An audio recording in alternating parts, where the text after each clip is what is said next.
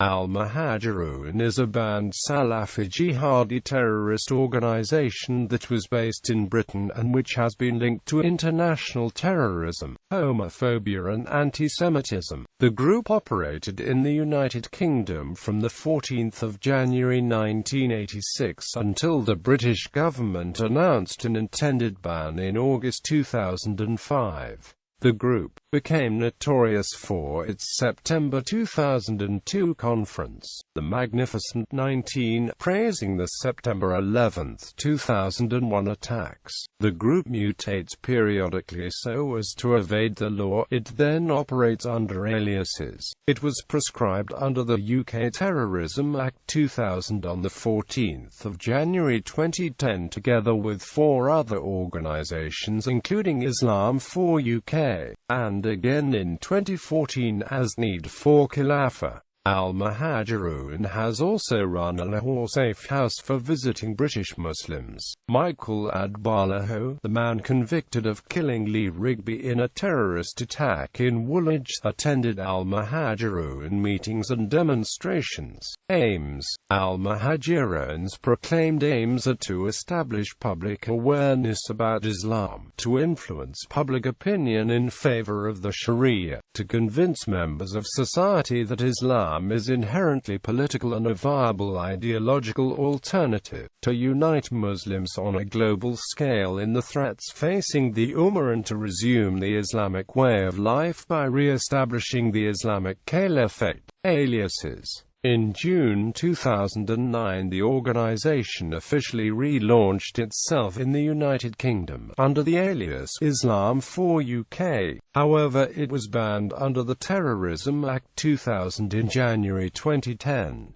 In January 2010, the group, operating as one of 3 aliases, was banned by Labour Home Secretary Alan Johnston in connection with a planned protest march through Wootton Bassett. Islam for UK, Al-Grabat and The Saved Sect. In June 2014, the UK government banned 3 more groups it suspected of being aliases for the extremist organisation Al-Muhajiroun, Need for Khilafah, the Sharia Project, and the Islamic Dawah Association. History. Omar Bakri Muhammad and Anjem Choudhury are known to have led Al-Muhajiroun. Bakri founded Al-Muhajiroun in Mecca, Saudi Arabia on 3 March 1983 following the 59th anniversary of the destruction of the Ottoman Caliphate in Jeddah, Saudi Arabia. According to at least one scholar, the group was a front for Hizb ut-Tahrir in the kingdom. According to Bakri, the Hizb ut-Tahrir leadership did not accept the group. As such, Bakri established Al-Muhajiroun independently from Hizb ut-Tahrir. Bakri claims that he studied at the universities of Al-Qura in Mecca and the Islamic University of Medina. Bakri also studied with, and was assessed by, Dr. Abdur Rahman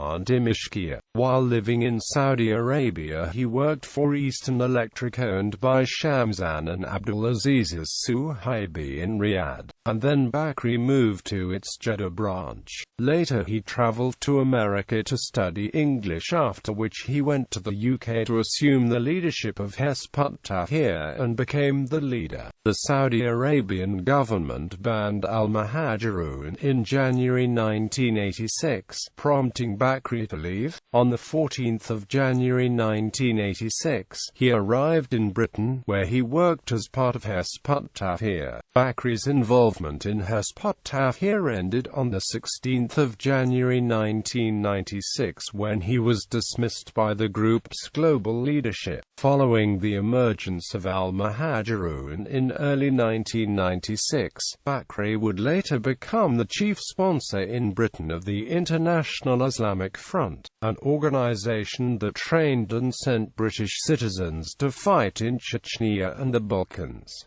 NUS ban. In March 2001, Britain's National Union of Students banned Al-Muhajiroun after they received complaints from Muslim and non-Muslim students about the group distributing hate literature and the organization training members in militant camps. Al-Muhajiroun members put up posters and handed out leaflets in Manchester University's campus where the police were called, and at the University of Birmingham campus that called on the killing of Jews.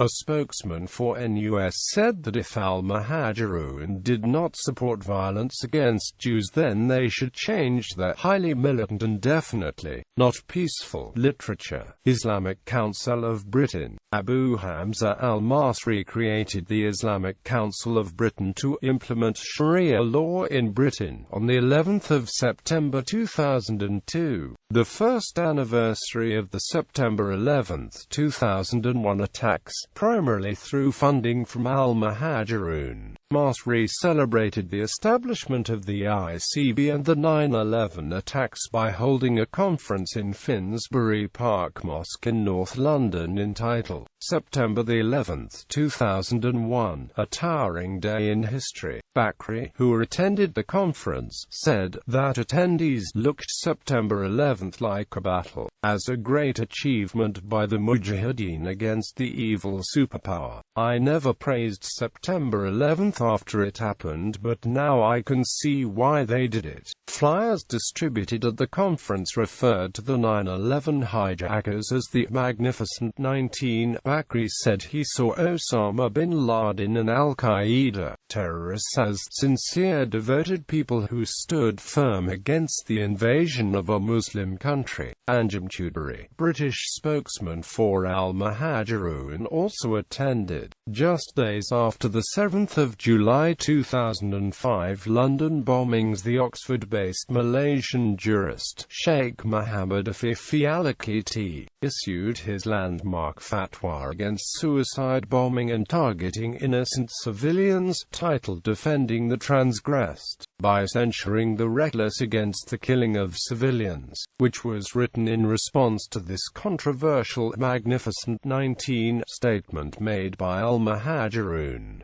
2004 disbandment. And after Al-Muhajiroun disbanded on the 13th of October 2004 to avoid proscription. However, it was believed that the Savior sect was to all intents and purposes Al-Muhajiroun operating under a new name. Shortly after the 7th of July 2005 London bombings, Tony Blair announced the group would be banned as part of a series of measures against condoning or glorifying terrorism. Home Secretary Charles Clarke banned Omar Bakri Mohammed from the United Kingdom on the 12th of August 2005 on the grounds that his presence was not conducive to the public good. Quote, two other offshoot organizations, the Savior Sect and Al-Ghuraba, had previously been banned for the glorification of terrorism under the Terrorism Act 2006. 2009 mutation as Islam for UK. The group was then relaunched in June 2009 under the alias Islam for UK. That summer saw the formation of the reactionary English Defence League, which had held, in the space of 2 years, over 30 demonstrations and protests across the country. It was proscribed under the UK Terrorism Act 2000 on the 14th of January 2010 together with 4 other organisations including Islam for UK. 2014 mutation as Need for Khilafah. In June 2014, the UK government banned 3 more groups it suspected of being aliases for the extremist organisation Al-Muhajiroun, Need for Khilafah, the Sharia Project, and the Islamic Dawah Association. Controversy. Statements. Aside from declaring the 9/11 bombers the Magnificent 19, controversial statements made by Al-Muhajiroun include one warning the British government that it was sitting on a box of dynamite and have only themselves to blame if, after attacking the Islamic movements and the Islamic scholars, it all blows up in the face.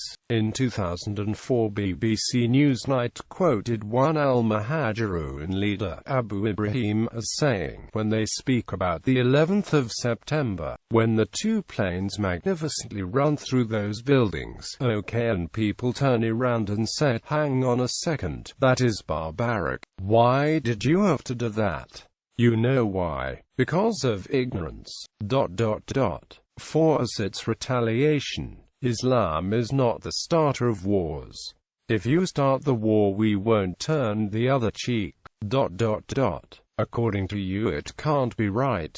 According to Islam, it's right. When you talk about innocent civilians, do you not kill innocent civilians in Iraq?" Attacks. On the 29th of April 2003, Asif Yanif, who attended some of Al-Muhajiroun's circles, carried out a bombing of a cafe in Tel Aviv, Israel, that killed 3 people and injured 60 others. In 2006, another individual connected with Al-Muhajiroun allegedly detonated a bomb in India, killing himself and destroying an army barracks. In 2007, 5 young Muslims with Al-Muhajiroun connections, Omar Wahid Mahmoud, Anthony Garcia, Jawad Akbar and Salahuddin Amin, were convicted of a multiple bombing plot to use fertilizer bombs, which police say could have killed hundreds of British people. The men were caught after police and MI5 launched a massive surveillance operation. The surveillance culminated in a raid called Operation Crevice. The targets included the Blue Water Shopping Centre in Kent, the Ministry of Sound nightclub in London, and Britain's domestic gas network. Quote, according to Professor Anthony Glees, director of the Brunel Centre for Intelligence and Security Studies, the fertilizer bomb trial has given us the smoking gun evidence that groups like Al-Muhajiroun have had an important part in radicalizing young British Muslims, and that this can create terrorists.